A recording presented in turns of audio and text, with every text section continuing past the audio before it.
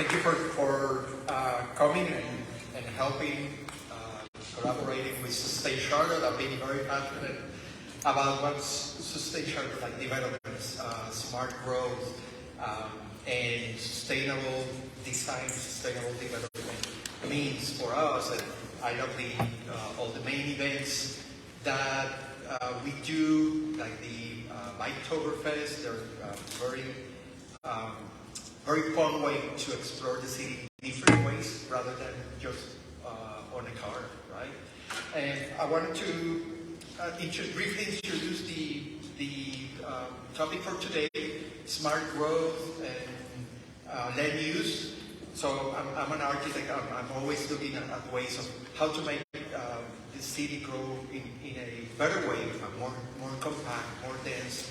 So we need to use our cars less, and it's more fun to enjoy it, walking or by different ways of moving. I moved from Puerto Rico with my family in 2015, and I've seen the tremendous growth that 7 years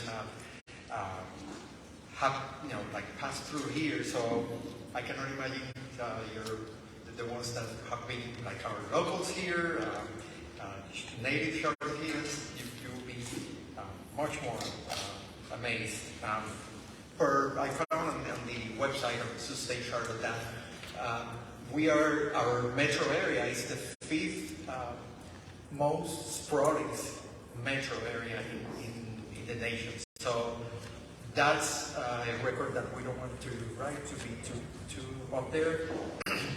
There's no limit, there's no ocean or mountains to keep us sprawling away. So that's one of the issues we have to take note by doing smart growth and growing smart.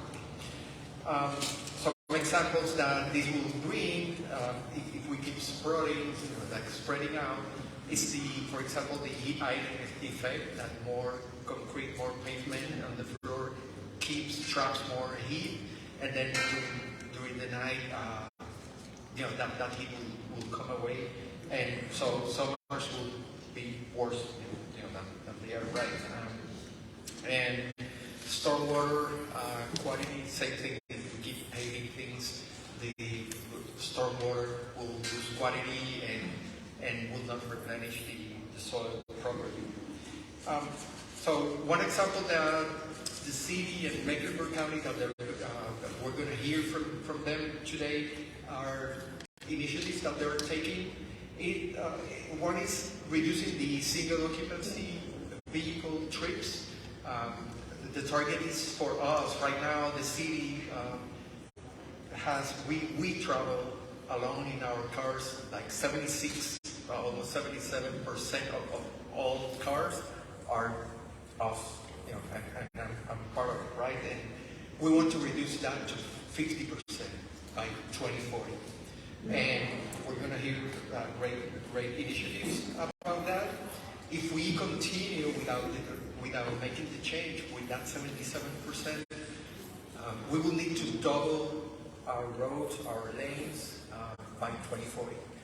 So I don't know where will that be. So if we reduce that to 50%, then the growth, we need to expand 20% our roads, our roadways, and our lanes. So I leave you with Meg, and let's see what we can learn today. Thank you. Thank you so much, Richard, for summarizing a lot of the challenges that our area faces with land use. How many people are here for the first time? Wonderful. Okay, and it's great to see a lot of returning faces as well. We launched Impact 704 Academy in October because we really want to make sure that every resident who wants to advocate has the skills, the knowledge, and the relationships to be able to do that effectively. So our closing exercise tonight will really be to take a look at where we all are and see if there's anything that is missing. Anything that Sustain Charlotte can help you do, or gaps that we can help to fill in so that you can go out and be an advocate. That's what this is all about. So this is session 3. We're going to be talking about smart growth. And again, smart growth is really about building our community communities in a way that we don't need to drive a car for every single trip.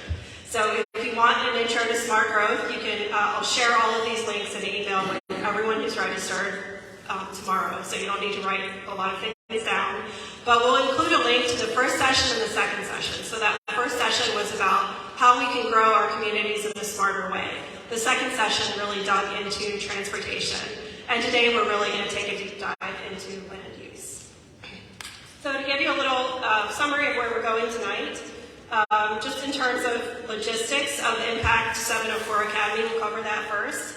Then we'll have a presentation about how Charlotte is planning its future by Kathy Cornett from Charlotte Planning, Design, and Development. We'll learn how Mecklenburg County Park and Rec builds parks and greenways from Lloyd. We'll have some time after both Katie and Kathy speak to answer your questions, so I ask that you hold your questions until both Katie and Kathy have spoken.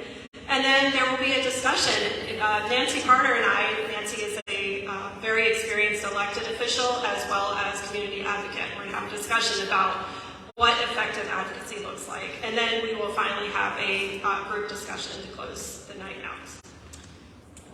So in terms of logistics of the 704 Academy, again, this is the third of 3 sessions. Don't panic if this is your first time here, because it is meant to be accessible to people who are joining us for the first time, as well as those who have been to the first 2 sessions. Each of our sessions includes speakers from a variety of backgrounds, and again, it's really about learning how to advocate for yourself and for your community. So we know there's a wide range of experience here. Some of you are just curious about advocacy, and some of you are very seasoned and experienced advocates. So really would encourage you to talk to the people in the room and learn from them and look for opportunities to be a mentor or to be mentored. I actually didn't introduce myself. I'm Meg Fencil. I'm the Director of Engagement and Impact at Sustain Charlotte. But our team is here as well tonight. So we have Ralph Perez, who greeted you. We have Eric Zaburl, who is doing the AV and keeps the tech running, as well as many other things. Jessica Freely is also greeting, and she would be happy to connect with you at the green table back there about some of our merchandise and opportunities to become a member. We have Dashiell Coleman, who is doing our Facebook Live, and Lauren Sawyers, who is also helping out with communications tonight, over here. And our Executive Director, Shannon Finn, sends his greetings. His young daughter is having her school Christmas pageant tonight. He was unable to join us, but sad to this session. So again, you'll be getting an email tomorrow. It'll have all the links in it. One thing that we really would love to see people do is to do an advocacy mini project. And there will be a number of mini projects. We shared a list last month, but also there will be a link in there. So these are things that you can do in the community if there's an issue that you are passionate about or interested in that affects your community or your neighborhood. We've put together a pretty detailed list of resources of ways that you could take action on an advocacy project. We're also going to provide some virtual office hours at Sustain Charlotte, so if you have an idea, but you want to know how to take the next step, or maybe you have an issue but you don't know what that next step is, we'd be happy to talk with you and provide some support to get you moving forward. So if you have missed any of the in-person sessions, but you want to earn that certificate of completion, you can watch the recording, and these links will be in your email, and share a short summary of just 100 words, basically just showing us that you watched it and interpreted it, and then complete your advocacy mini project by February 28th. So we'll follow up, and all the details of how to do that will be in the email.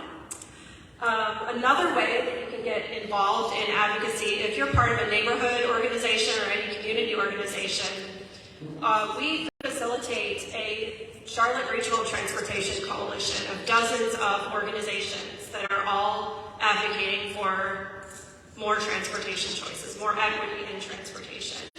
And Maureen Gillespie, who's the transportation chair for Charlotte East, has partnered with us they're really taking the lead on a connectivity survey. So they're trying to survey as many residents across Mecklenburg County as possible. There's a survey in both English and Spanish. We'll put those links in the email. This is a great way to get involved. You can share that survey with your neighborhood organization or other group. But we're going to use the results of this survey to advocate for more transportation equity. So, Maureen, you want to raise your hand there? She also has a display over there. Do you want to say anything, Maureen?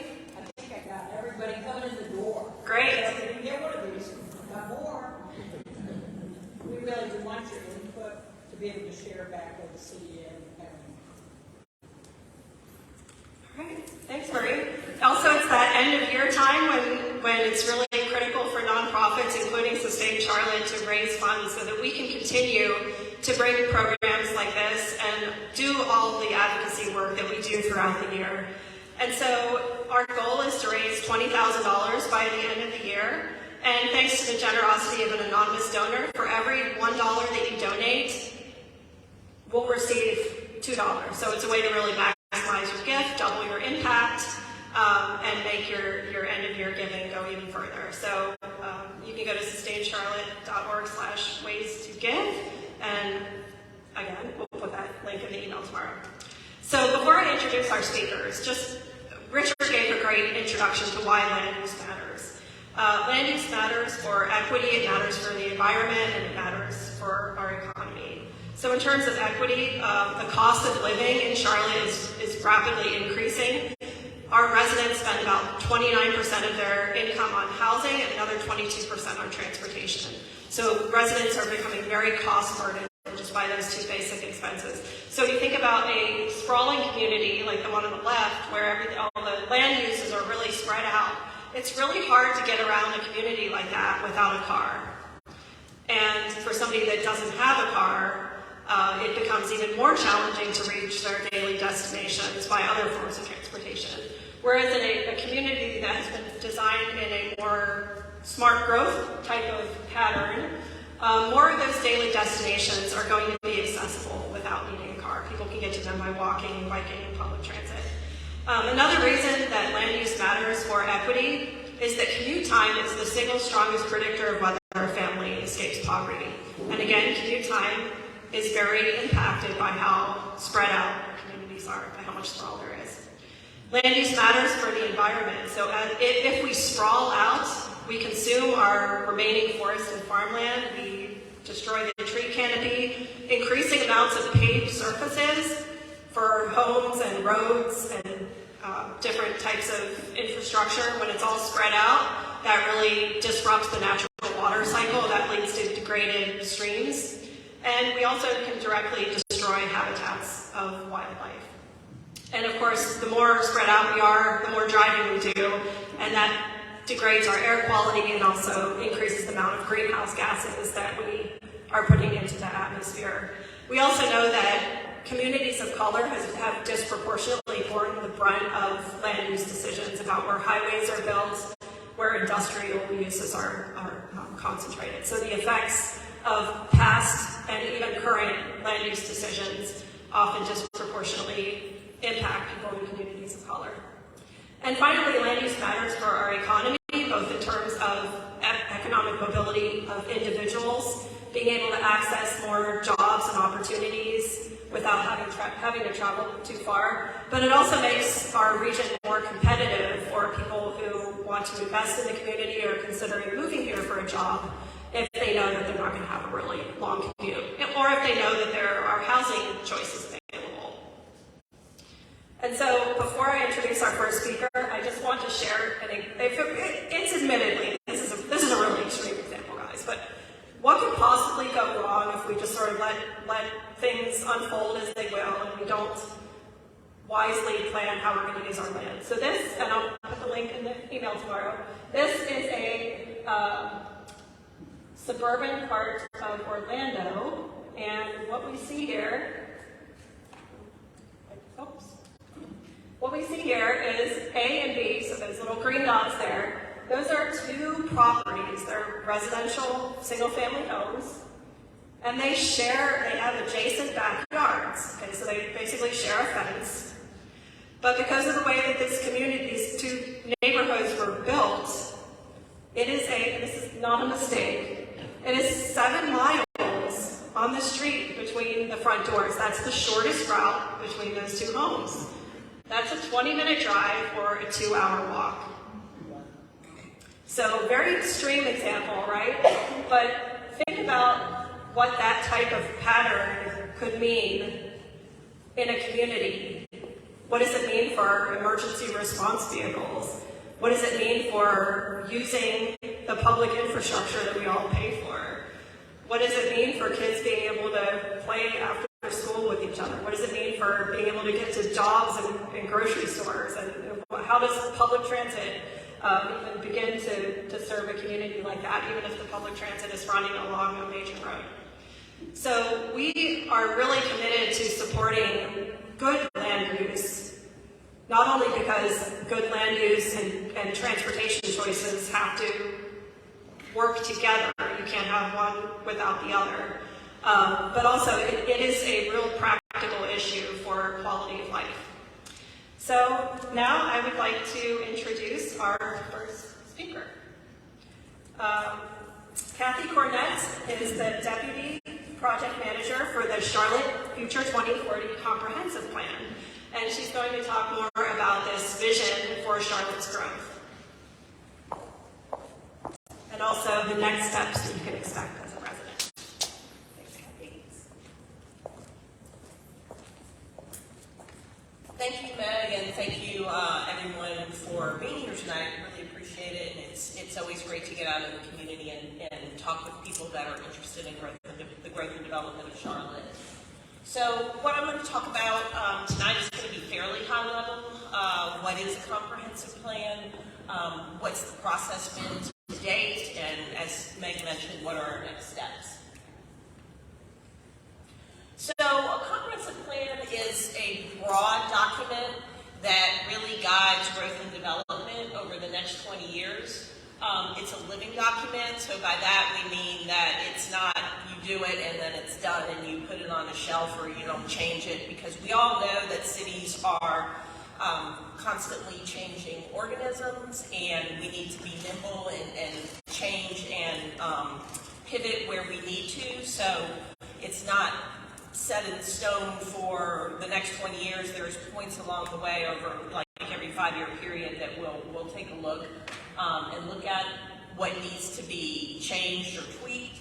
But again, as Meg mentioned, it really inputs the best practices for growth and capital investments. And a big piece, I think, of what you've been talking about over the past few sessions is the equity component. So it looks at growth and development through an equity lens. It also addresses transportation, quality of life, economic development, jobs, upward mobility, affordable housing, all those components that Meg just touched upon. And in the graphic here, one thing I would like to mention, because I know that you all have heard from other city departments, transportation CATs perhaps. Katie is here tonight from County Park and Rec. And I realize that for most community members, like, it doesn't matter to you that there's different city departments and that one may be city and one may be county. You know, we get that, but I do want you to know that as part of the development of this particular plan, and I would say generally speaking, pretty much for the past 20-something years, all plans within, and most projects within the city and the county, we have a very strong interdepartmental team. So for this particular plan, the comprehensive plan and its development, we had an interdepartmental team that was over 80 people, because it's you know, growth is not just what's the use that's on the ground, it's all the different components of how you get there, the stormwater, parks, access to goods, all of those things. So I did want to highlight that on this particular slide. Oops.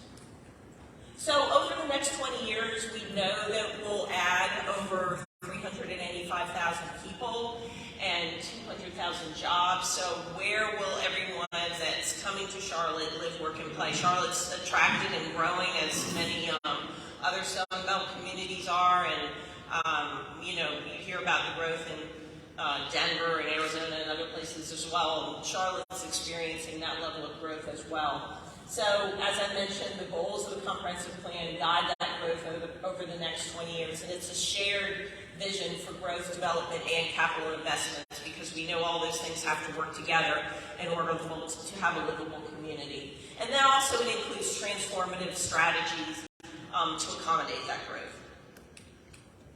So this is again very high level. We have a very comprehensive website. I'll give you the address to that at the end of this. But broadly speaking, there are 10 goals within the comprehensive plan that you can see here that I think pretty much touch on most everything that Meg mentioned earlier in her introductory comments. And then under each of those goals, there's policies and projects and recommendations as to how to achieve those goals over the next 20 years. And another big piece, as I mentioned earlier, is the equity lens that the plan is looking through. So that is something new. Charlotte has not had a comprehensive plan since 1975. It doesn't mean we haven't been doing any planning, but it was really focusing on what we call small area plans, so looking at specific areas of the community. What that meant is you weren't really getting that comprehensive look, and it also meant that some parts of our community had very updated guidance for growth and development, and other parts of the community had guidance that was 20 or 30 years old. So in doing the comprehensive plan, we get everyone up to the same level playing field. It doesn't mean that we stop planning. It really is kind of the entree into more planning to come that I'll talk about in a minute. But as far as the equitable growth framework goes, we have several documents on our website that really dig really deep into the equity component and kind of how Charlotte got to where it is today. So these things didn't happen overnight. How did we get to where we are today? We can't, change what happened in the past, but moving forward, we can make sure that we don't make those same mistakes and that we really do have equity at the forefront. So where are the greatest needs? We know that we don't have unlimited resources, so how do we prioritize those in an equitable manner? And how do we ensure that the costs and benefits of growth, as Meg mentioned earlier, so everyone is sharing in that. So growth has both, good points and bad points. We want to make sure that that's balanced for all parts of our community. And so I mentioned prioritizing limited resources. So there's some different components listed under here. There are kind of implementation pieces that come after the comprehensive plan. We've done the place type mapping. We are now doing the zoning district mapping, or getting ready to, in the community area planning. And there's a variety of different tools that are outlined in the comprehensive plan as far as our capital improvements program, public and private partnerships, community benefits agreements, and other tools that we're exploring to be able to realize our vision. I always manage to do that. So how will the plan affect me? So whether you're a resident, a developer, or a business owner, I think the kind of overarching message is that it provides a transparency to the planning process and more predictability in development. So today, many of you may be familiar with rezonings that happen, and there's more rezonings every month. The council's rezoning docket is completely full, and that is partially a sign that the tools that we have to manage our growth and development haven't kept up with where we are today as a city. So a big piece of this is predictability for everyone, for community members, developers, business owners, and elected officials. And also updating our policies, programs, and projects to address our needs and the vision that we have for our community. And also supporting the things that Meg has mentioned that you could bundle under, smart growth concept of bringing affordable housing and such access to goods and services to the entire city. And that could be a 10-minute walk, transit ride, or bike trip. So we know that that doesn't exist today in all parts of our community, and it won't happen overnight. But what needs to be done, and what are the programs, what investments need to be made in order to ensure that happens moving forward for our community? So it's been a busy past couple of years. The comprehensive plan was adopted in June of 2021, and then as a first implementation step, we took the place-based policies from the comprehensive plan and mapped those in what we call a policy map. So Meg has mentioned the term land use, and we're using kind of more integrated tool that involves land use as a component, and we call it place types, but it also involves or integrates into land use. Kind of might suggest just the two-dimensional, what is the use? Is it retail? Is it, single-family housing? Is it multifamily housing? But it doesn't really give you a good idea of like, well, how do you get there, and how tall might it be, and those sorts of things. So those are all built into the place type tool that we've mapped as part of our policy mapping. So the policy map was adopted in March of 2022, so 9 months after the adoption of the comprehensive plan. And that really was a very large-scale effort addressing the entire community, and again, using that equity lens. So we used methodology so that we were applying the same concepts throughout the community. What we're getting ready to do next is community area plans, which will kind of dive a little bit deeper into specific areas of the community. I'll talk about that in a second.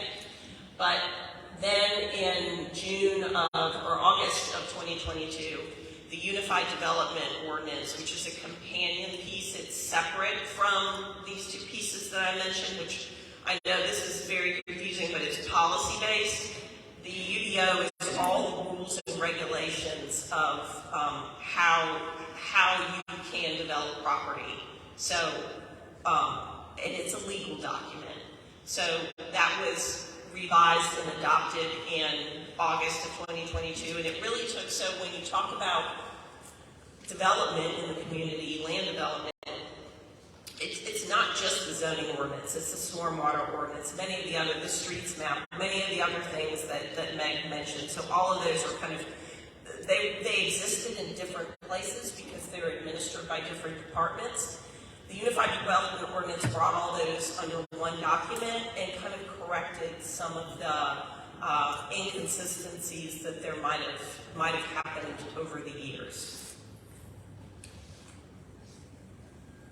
So again, I mentioned the policy map. It was adopted in March. It became effective in June. We retired what we call our current land use tool. And a lot of times we get asked, people have participated or are familiar with small area plans that may have been, their neighborhood may have been part of. So all of those plans were kind of integrated into the work that we did with the comprehensive plan and the policy map, so that good work was not lost. But those tools were retired, and now the new guidance is the comprehensive plan and the policy map. And as I mentioned, these are not static documents, so we're continually monitoring and tracking these and seeing, what are our goals? Are we meeting those goals? And where we're not, where do we need to make changes?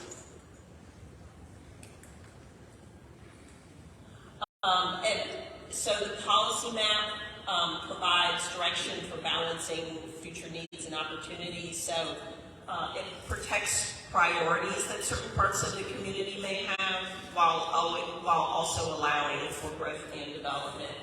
And a big piece of what Meg was talking about too with the smart growth concept is aligning growth with infrastructure capacity. So that's a big piece of it as well. And improving access to underserved areas. So that's kind of, I think, more at the fore than it has been in the past. So I mentioned the comprehensive plan, which is our umbrella document, was adopted, and so the next level of work that we're doing is around community area plans, which will really divide the community into 14 different geographies or planning areas and kind of look at, okay, for these specific areas, how do the goals and priorities within the comprehensive plan apply to that specific area?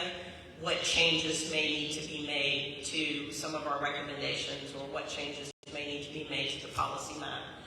And we're doing this, they're two separate projects, but we're doing it in tandem with implementation of the Unified Development Ordinance, because the rules that are within the Unified Development Ordinance are based on the policies that are in the comprehensive plan. So those are the rules that help to make your vision a reality. And as I mentioned, the comprehensive plan is citywide guidance, so it's very broad, and the community area planning effort that we're kicking off at the beginning of the year, and will really start in the spring, full blast, is really refining the recommendations to be more tailored to specific areas within our community. So, you know, that's the mobility, that's the place type refinements, projects and programs, all of those different things. And again, I mentioned that the Unified Development Ordinance is different because it's a regulatory document as opposed to a policy document. So, you know, policy can kind of be more general, it can be more easily changed, it's a little more nimble, I guess you'd say. Within the Unified Development Ordinance, those are legal requirements. So if you can't meet that legal requirement, there's not really any wiggle room. You either do or you don't. So we want to make sure that what we're requiring matches up with what our vision and our policies state. And the Unified Development Ordinance, the next step of that is updating the zoning map, because as part of it there was a rewrite of the zoning ordinance, so there's new zoning districts, and we want to make sure that those match up with the place types that we've shown in the policy map. So again, two separate things, but coordinated to make sure that, as I just said, that we're matching the regulatory component to the policy component to make sure that we have the tools in place to achieve the vision of where our community, how it wants to grow in the future, and providing clarity for the community, and to provide clarity for the community as to how these two things work together. When we're doing community engagement, we're trying to provide kind of a one-stop shop, so you're not having to go to two different sets of meetings, and it kind of seems like confusing as to how these things work together. You might have a question about one, and it really relates to the other. The engagement that we'll do will be together, so that all your questions could be answered at one time. And this is a 2-year project, much like the development of the comprehensive plan was and the policy map.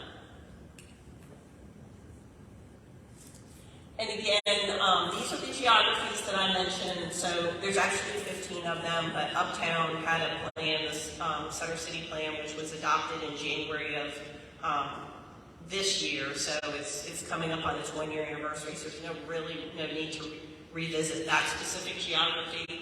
But you can see here what the other geographies are and where you fit in that, as far as where you live or where you work in those.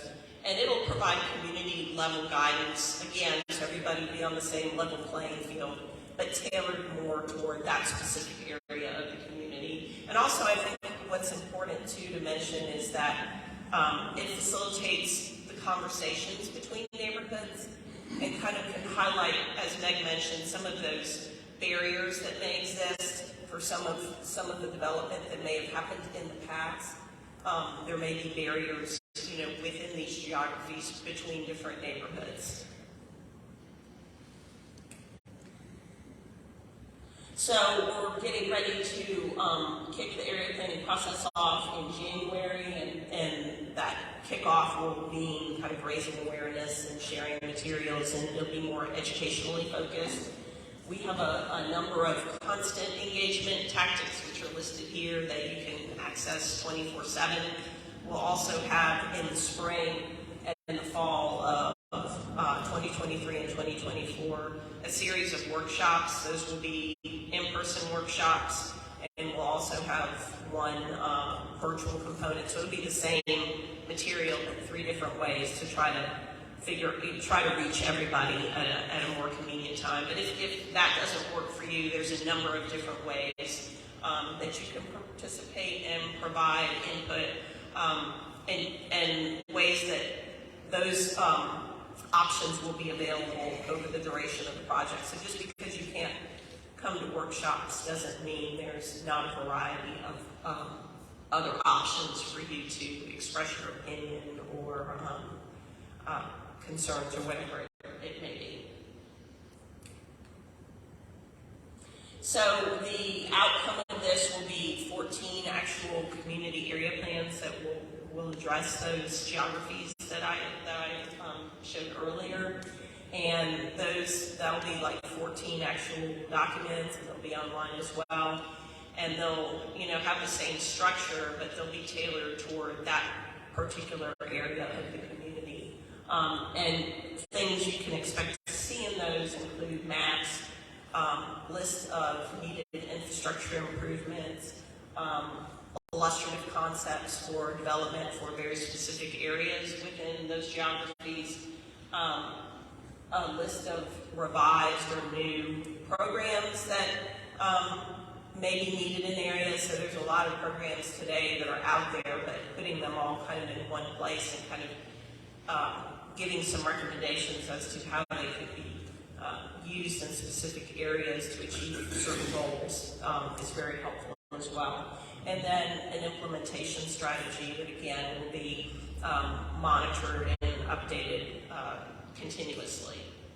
And then the refinements that happen through the process too will kind of update this larger policy map that we have that kind of describes growth and development for our community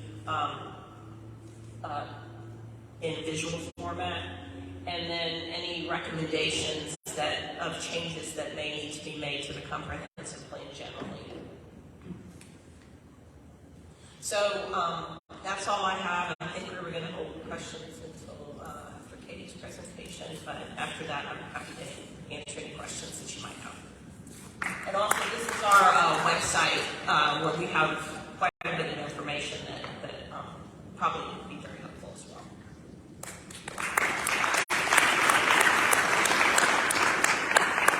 Thank you so much, Kathy, for that very detailed overview of some plans, the comprehensive plan, the Unified Development Ordinance that were many years in the making, and we're really excited about the potential to really make sure that Charlotte moves in the right direction.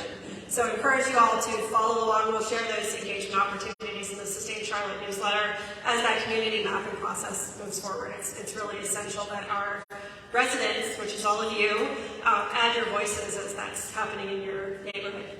So as you heard in Kathy's presentation, something that's really critical to supporting a healthy urban area is making sure we have healthy natural areas and access to places to play and enjoy exercise. So I would now like to introduce Katie Lloyd. Katie is a senior planner at Mecklenburg County Park and Recreation, and she's going to talk about the importance of parks and greenways and other types of facilities and how that planning happens.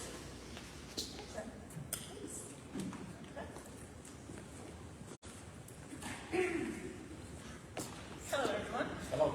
I'm Katie Lloyd, as they mentioned. I work for Park and Recreation, which I think is a pretty fantastic job. Just yesterday, I got to walk in the woods for 2 hours and got paid to do it, so I'll call that a win for the week. Let's see how this works. Okay, to get us started, I'm curious about who's in the room, and so who I'm talking to about park and recreation issues. So, raise of hands, who has used a Mecklenburg County park or greenway for recreation? Most hands? Okay, good.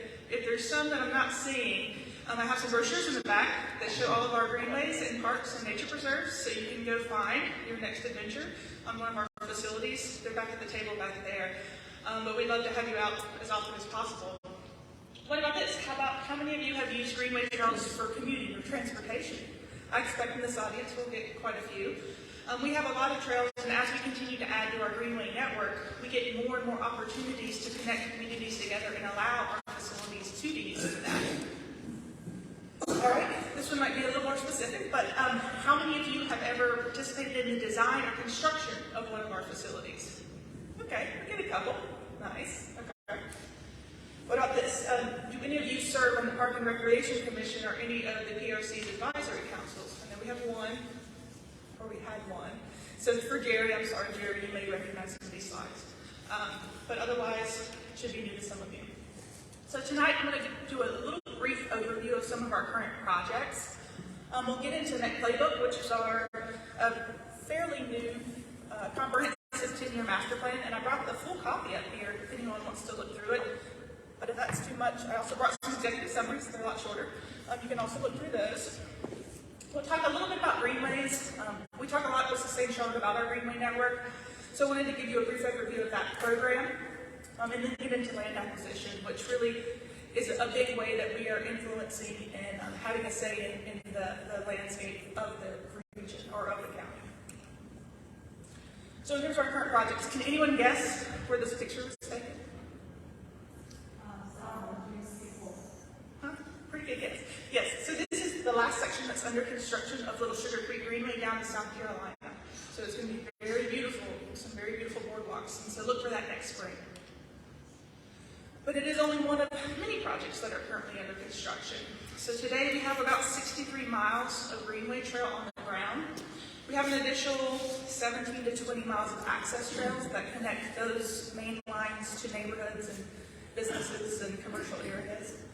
But we also have nearly 14 miles of trail currently in construction, which is huge for us. It's the most we've ever had in construction at any one time. Unfortunately, all of our construction sites are very muddy right now. We've had a lot of rain lately and lost a lot of functional buildable days, but we're progressing slowly this winter. We also have another 20 miles that the county is currently working on designing, and then our partners at the city and the towns are working on an additional 11 miles of trail. So hopefully, when we get everything that's currently in the docket cleared, we'll have over 100 miles of trail in the next few years, which is huge when we had just 40 or 50 a few years ago. We're also working on many parking facility projects. So we often call any of the vertical structures, rec centers, that sort of thing, our facilities, and then parks, of course, are the landscape, the open spaces. So we're working on 15 CIP parking facility projects, and then the Board of County Commissioners also gave us funding for additional 11 equity projects. So these are reinvestment in some of our existing local neighborhood parks across the city. And then we were also awarded 2 ARPA-funded projects to improve or activate park sites in the city. So in terms of Met Playbook, I mentioned this is our comprehensive master plan. When we set out to start this plan a few years ago, what we wanted to do was lead with the why. Why should staff make certain decisions? Not necessarily what those decisions are. So you'll find that the plan is organized by these 4 principles. So each of these are a chapter, and these 4 principles guide how staff over the next 10 years will make decisions about how we invest in our park and recreation system, make decisions about the programs that we put on for the community, make decisions about what we connect to and what our staff are doing every day. So those 4 principles are commit to equity, evolve and grow, tell more stories, and move beyond boundaries. So feel free to hop in. I'm not going to get into too much detail about Meg Playbook, but feel free to check out the website or pick up one of these executive summaries later to read more about each of those. But then you may wonder, how do we then apply that? How do we allocate funding to address those principles? So in Meg Playbook, the final chapter, it starts to get into basically 2 ways that we can implement this. One is our capital investment plan. That is our 5-year funding plan for any kind of capital projects. So that's anything that involves construction, basically. So that is the first 2 highlights here. Reinvestment. We heard over and over and over again that the community wants us to reinvest in our existing facilities. We have a lot of parks in some communities that don't look quite as nice as the parks in other communities. And so we need to go and address those areas that are lacking in investment or lacking in maintenance and bring those up to the same standard as some of our other facilities. And then we also need to invest in new areas. There are many parts of the county that don't have access to a park or a greenway trail or a facility. So looking at how we can fill those gaps with new facilities. And then there's the other side of things, which is what we do internal to Park and Rec, and that is the staff. If anyone was around back in 2008, Park and Recreation staff was cut pretty dramatically. And so we've been building back up, but as we continue to buy more land and activate more park spaces, we need to continue to build the capacity to maintain those as well. And then of course, engagement. We're looking to expand and improve our engagement with the community, and that's not just a public meeting for a project here or there. It's about ongoing and long-term relationships with community members so that they know us, that we know them, and we can communicate back and forth about the needs of each community's specific area.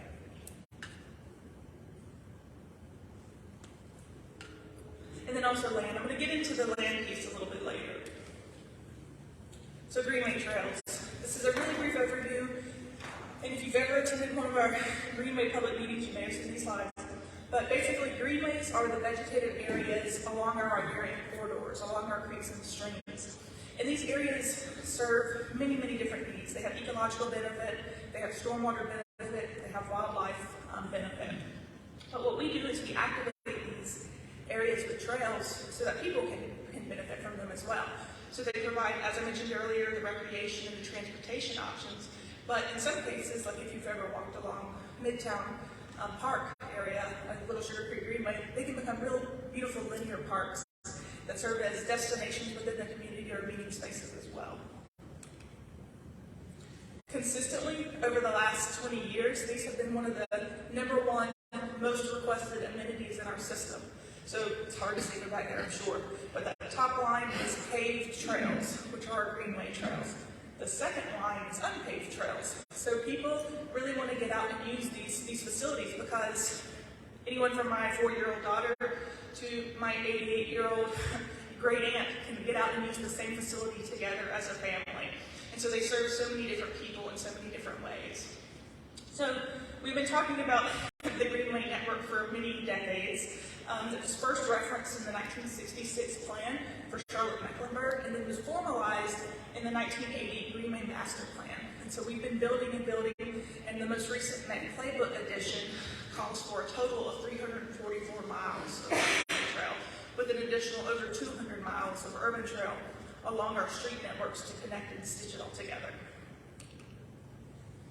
So, as you guys mentioned, most of you have been out on our trails. They are typically paved 10 to 12 feet wide. Wherever possible, we're trying to keep you away from automobiles, so we try to go under roadways, either under bridges or through culverts, to try to keep you safe and away from vehicular traffic. And then we have a standard wayfinding system to alert you about different things along the trail and to direct you to different access points. You're probably familiar with a lot of our prefabricated bridge structures that get you over the creeks and the streams. We also have a lot of boardwalks.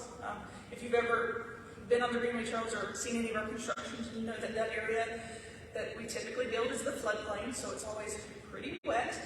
So any of those wetlands that we cannot impact, we do build boardwalks over those. Some of our older Greenway Trails do have wooden boardwalks, and you know that those can be a little bit slippery, and they do require a good bit of maintenance. So our new standard is this picture in the middle here. It's a concrete deck system, so it's heftier and a lot more expensive, but it'll last longer, and we're going to actually try to go back and retrofit some of those older ones with this new standard as well. And then anytime we have any kind of drainage feature, we're trying to allow water to actually flow across the trail through swell bridges and other low water crossings. So I get asked the question a lot, why does it take so long? You've been talking to me, you've been talking to me so long about this one trail, even if you've had funding for a couple of years. So there are many aspects to building a Greenway Trail, whereas when we're working on a park site, we typically own that park, we own the land. In Greenway Trails, even if we own most of it, we may have to still buy 5 more parcels or get easement from 5 property owners to finish that 1 to 2 mile segment. And so the land acquisition piece is something that we are every day working on all the various projects we're doing and all the projects that we're planning to do in the next couple CIP cycles. So land acquisition is a huge effort for expanding our greenway system, and it can be a huge factor in delaying a project. if we aren't able to acquire even one piece of land, can really impact. So we like to say the land acquisition can add 3 months to like 10 to 20 years to a project. Hard to tell sometimes. Permitting, most of our greenway trails are in the floodplain and are over various utilities, and there's a lot of entities that work in the floodplain and along creeks and streams. So permitting takes a while sometimes. And then of course budget constraints. Because these projects are so long and linear and have so many factors that influence them, they're somewhat hard to estimate when we're doing the initial budgeting. And we may budget a project 10 years before we ever get to actually constructing it. So we are constantly kind of checking and tweaking numbers to make sure we can build what we have committed to building.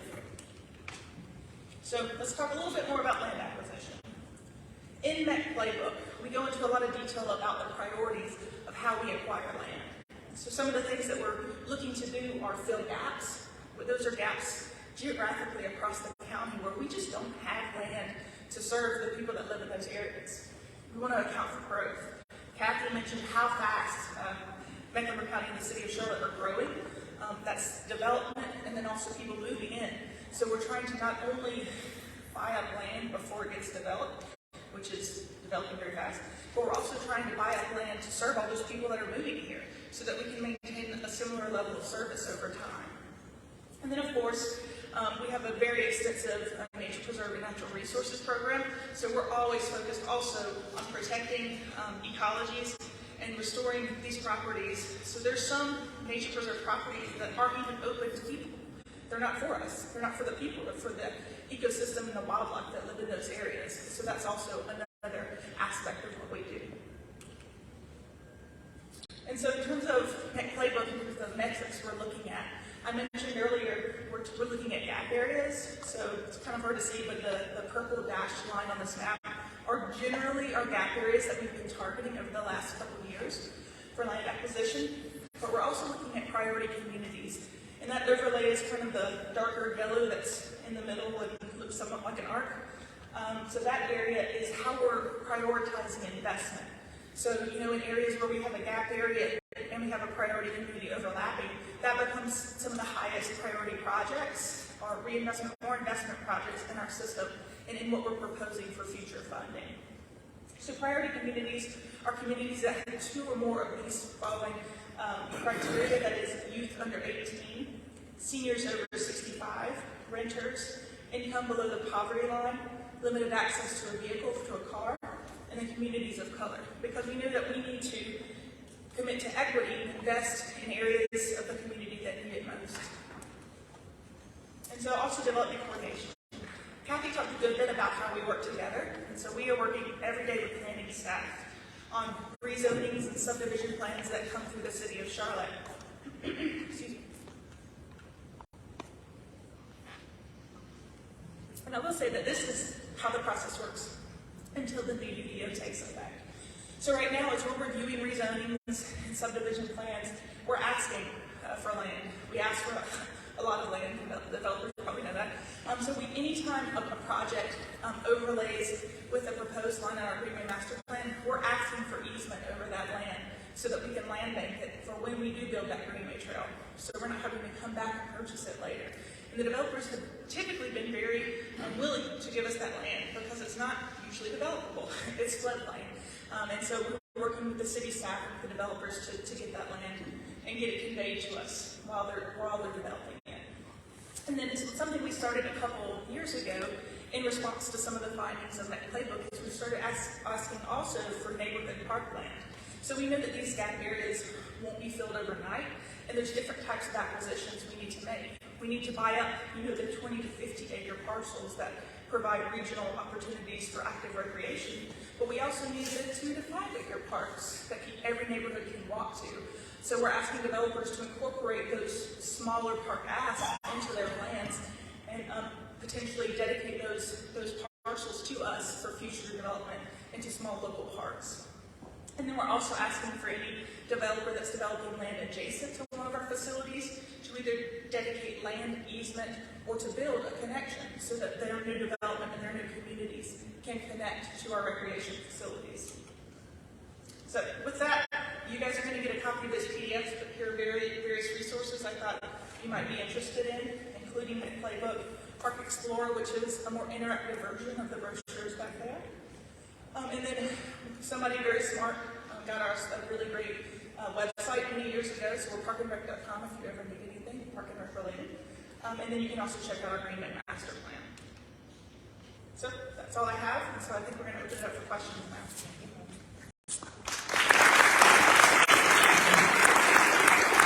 Great, thank you so much, Katie. We have time for a few questions, so if you have a question for either Katie or Kathy, raise your hand, and Lauren here will come around. I saw Steve first, and then over this table.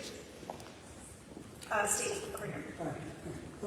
Wait till you get the microphone, because otherwise the people on Facebook Live won't be able to hear it. So, Katie and Kathy, when you're answering, you can just come up to the microphone, actually, depending on what's going on. This question could go to both of you. It's not working. This question can go to both of you. Is there a way to offer either or both the opportunity to develop more intensive land use if land is donated, or if, I'm going to put a plug in, for housing, affordable, accessible housing is included? Are you able to increase the density? And second is, do you have a 501c3, especially for land, like for top as an example, where you can get a tax write-off for donating? Yeah, so I think your density question is kind of twofold on the policy side and the regulatory side. So on the policy side, a big component of the comprehensive plan was not having areas that were just strictly single-family housing, not having place type recommendations. The place types, incorporate duplexes and triplexes in what would be considered a traditionally single-family neighborhood. Now, it doesn't apply, obviously, where there's homeowner association regulations in place. The city has no purview over that. So that's on the policy side.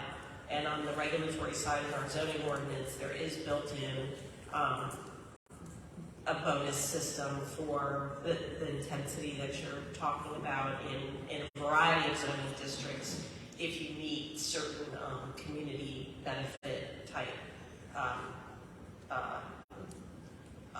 If there are benefits to the community that the developer can meet that are outlined in the ordinance. So that's kind of the general way of saying that.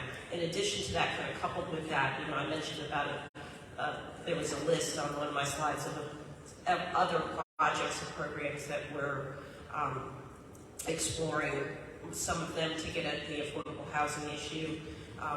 That's kind of mostly in housing and neighborhood services, so we're working with that group to kind of get that piece off the ground as well. And I don't know if Katie can answer about the 501c3. Yeah, there's a variety of nonprofits that work in the county to support either land preservation or park and recreation efforts. The few that come to mind are Catawba Lands Conservancy, which you mentioned. There's also Davidson Lands Conservancy, and there's also Partners for Parks, who works and supports park and recreation and programs throughout the area. Okay, actually, this one over here has their hand up, and then we'll get you there in the back.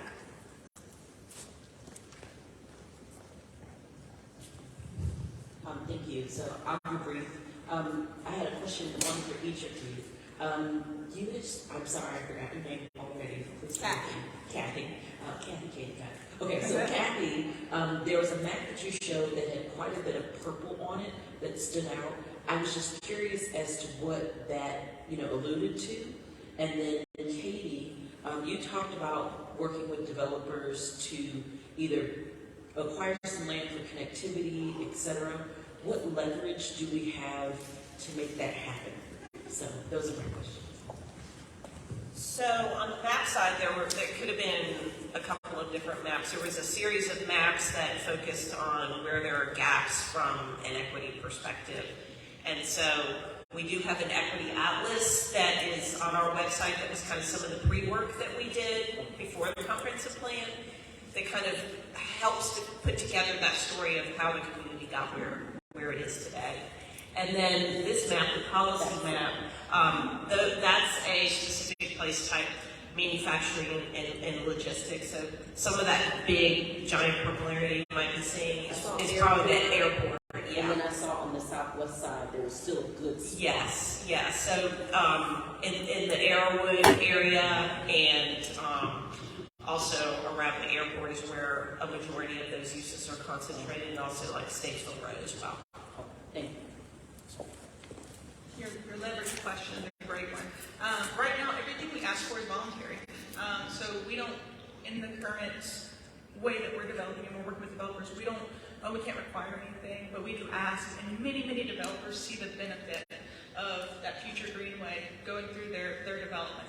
They see the benefit to the people that are investing in the area that they're investing in as well.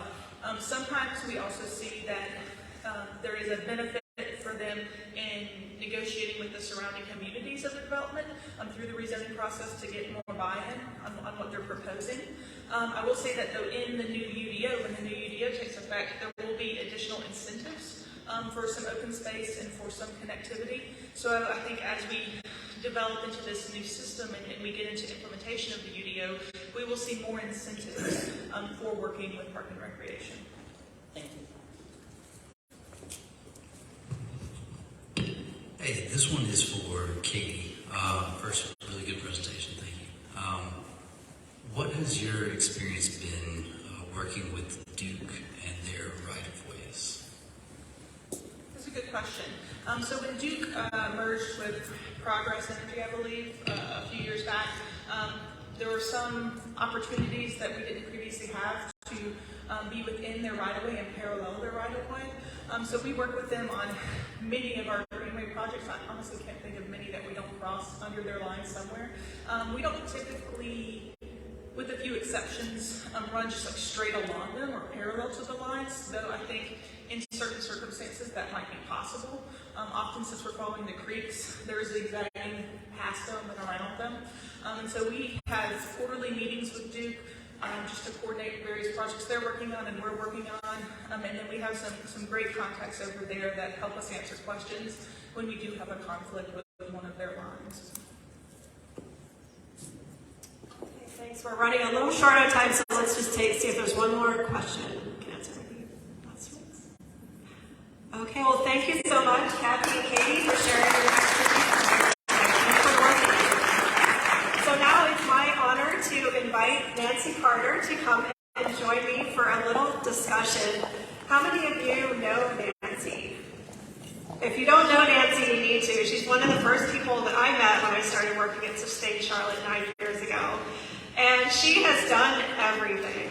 Nancy has served on city council, and she now serves as the vice chair of the Mecklenburg County Soil and Water Conservation District. So we're going to sit and have a short conversation because she also has seen what works and what doesn't work in advocacy. So we're going to talk about the wisdom that she has to share with you. Laura, can you bring your microphone?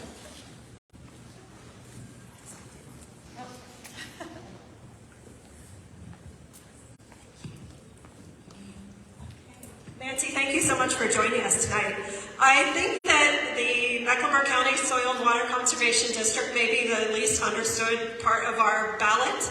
Can you share more about what that is and why it's so critical in a community that's growing as rapidly as ours? Thanks, Meg. It is important. Soil and water make life. Clean water is our responsibility, and healthy, productive soil is what we work with. You can have urban and you can have rural farmers. We still have 200 farms in Mecklenburg County, in case you didn't know. And we're working on farmland preservation to save those green spaces. They can be a center for agritourism. They can produce food that goes into our markets in the city. They can teach new farmers how to be productive farmers. And that's what we need to feed all of these people, not just Charlotte Mecklenburg. North Carolina is one of the greatest, largest agricultural producers in the world. Mecklenburg County still has a huge amount of money that they send from agricultural products. We have 2 major greenhouse nurseries, and that's putting us in the top 5 5 counties in North Carolina for agricultural products. So think about that. We're not just urban, we're rural. We are interested in having green spaces. That's something that we work with in partnerships. And Katie, thank you. I'd love to know you better. I just came from a stormwater advisory meeting. I serve on that because I'm interested in what happens as cars deposit particulate matter in our water that goes right directly into our streams. Think about the polluting factor of your fertilizer that you don't put on your grass, you put it on your driveway, and that goes directly into our water. These are the things that we try to educate people about. We educate children. We have competitions of all sorts. So if you have children, let me talk to you afterwards. It's exciting because they can win money and prizes, and we have a banquet for families to celebrate what they do. We give out scholarships. We look to educate people about what we do. And the best place to do that is when we're campaigning. Unfortunately, that comes only four times. Well, excuse me, once every 4 years. So look for us. We're accessible. We want to be your friends and neighbors and help what you do. We save government money. We work with private landowners. They pay part, we get part of the grants. But I've worked out something with the city that you might not know. Neighborhood Services gives neighborhood grants, and you can use those neighborhood grants to be the matching funds for our grants. So we can reach some underserved neighborhoods. Please remember that and take it home as you do. And Nancy, you've been a public servant for many years. You've seen advocacy work and you've seen it not work. If somebody sitting here tonight has an issue that they are passionate about, and they want to connect with their local elected officials, whether that's a county commissioner or a city council member or a school board member, what do you recommend as their first steps? Two important negative points. I want to start negatively because I'm not a negative person.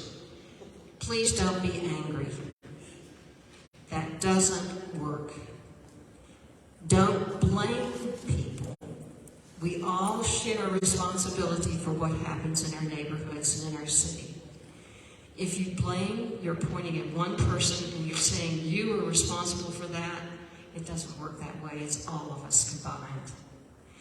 But if you're brief, if you're personal, and if you're brave, you can work it. If you're brief, you have 3 minutes to speak to city council if you go to those meetings. If there's a long list of people, it gets cut to 2. So you have to be ready for that. Start with the problem. What is your issue that you want to talk about? Bring a solution or an idea or a new partnership to that person you're talking to, because they will get inspired and know that you're trying to help to solve that problem. That's the positive approach. Be personal. Tell your story. Use your expertise. Show it to the official. But also, use your sense of humor. If you make us laugh, we'll remember you and we'll remember your issue. It really, really does work. Be brave. Reach out. Ask for a personal meeting. You have to start planning 2 to 4 weeks in advance because their schedule is really full. It is a part-time job. Usually council members or commissioners have an outside job. So I was one of the ones who spent 60 to 80 hours a week on what I did. The reading material was that thick. You have to be up to date. You have to be informed. But if you have an expertise, you can help that official. Show them that expertise. If you're interested in what the city or the county is doing, look up the committees and advisory boards that they have. Get involved. Put yourself forward as a member of that group. Get in touch with your representative and let them advocate for you so you get elected. It's fascinating and you can learn so much and you can really have an impact on what happens. It's exciting to see new people come in. Maureen and I met, maybe 20 years ago, and worked together in the East Side. And she is now a driving force in the city. You heard what she's doing. She's working on transportation for Sustained Charlotte, and she has made a huge difference. You can too. Please do. Elected officials are your neighbors. We care about our neighborhood. We care about the city and the county. You all do too. Let's match those interests. And, you know, some of us live in neighborhoods where there's a neighborhood organization that has existed for many years and there are established relationships with elected officials, but some people live in neighborhoods that don't even have a neighborhood organization. And especially oftentimes people who rent and college students are not as connected politically. Do you have any advice for that person who lives in a community where there isn't any type of organization? I do. Step up. Go knock on doors. Be brave. You make new friends, you find out new perspectives, and you make a connection and you start that network, and that network really, really works. I was just working with a young gentleman in the Midwood neighborhood. They have Adam put it together a group to try to save 3.7 acres to get planted with trees. He's still working it. He is now up the chain. Becky Carney, our representative in the State House, is now working with him. He has gone all the way through all of us, and he is really making a huge effort by knocking on doors, getting online, connecting with people, drawing them in, giving them jobs to do. If you give a person a job, they're now connected, they're committed. So that's engaging other people so you can get to know your representatives, meet with those representatives, get to know the representatives, show them what you're interested in. But also, it is very important to be trustworthy. The information that you give can be used, and if it's incorrect, then you've destroyed your trust. Be passionate. If you don't really care, that shows. Be engaged. Start at the bottom, work up. Some people start at the top and work down. It's a very interesting thing to watch. But please think about running for office. I've been talking to Maureen for years. I really, really wish she would, but that's her decision. But it's an exciting thing. I was not educated to the task when Susan Burgess asked me to run in my party. And it was 2 weeks of walking a beach and thinking and considering. I had been a volunteer engaged in a lot of different areas. But I won. I beat a 4-year incumbent. I think it was because my mother-in-law knocked on doors for me, quite frankly. But I learned, because the city manager had 7 new city council members out of 11. She instituted Monday lunches so we could ask her questions, and we learned.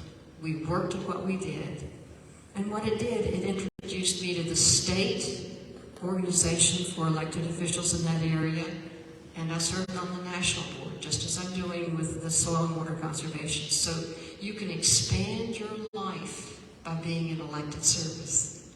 I challenge you to think about it. It's a wonderful thing to do, and it's rewarding on so many levels. Thank you, Nancy, for sharing your life's experience of wisdom with us. I can't imagine ending this series without a more than that, so thank you.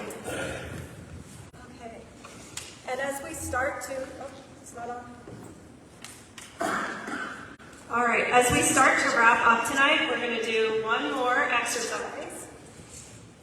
We want to make sure that as you leave, you know what your next advocacy step is. So in your small groups, which can be the people at your table, if there's only 1 or 2 of you at a table, feel free to talk amongst yourselves or join another table. We want you to discuss how well prepared you feel to advocate for change within the next 3 months. And if you don't feel well prepared, what is missing? And the reason we're asking is this is the first time that we have hosted the Impact 704 Academy series, so we know that we have some blind spots. So what have we not provided you with in terms of skills, knowledge, relationship, maybe practice? Is there something that is missing? Because we want to hear from you about what it is that we can provide so that you can go out and advocate for the issues that you are passionate about that are affecting your community. And the second question is, what single next step will you take to begin advocating. It could be actually going out and doing your advocacy action, or it could be filling in that missing gap. It could be deciding that you're going to come to one of the virtual office hours that Sustain Charlotte will host. So really, before you walk out those doors tonight, make sure you know what that next step is. And it could be something big, but it could also be something really small that's that critical next step. And then also, just a shameless plug to take the survey that is on your table. There will be an electronic version of it in your email tomorrow. But if you fill out the paper version tonight and you leave it with Jessica on the green table back there, you will get a very limited edition Sustain Charlotte Biketoberfest water bottle. So you don't need to put your name on this. We want to know how we've done so that we can improve for the next Impact 704. So go ahead and take about 7 minutes to have that discussion with the people at your table. And then we'll ask you, to anybody that wants to, can share what that missing piece is, if there is one, and some of your next steps.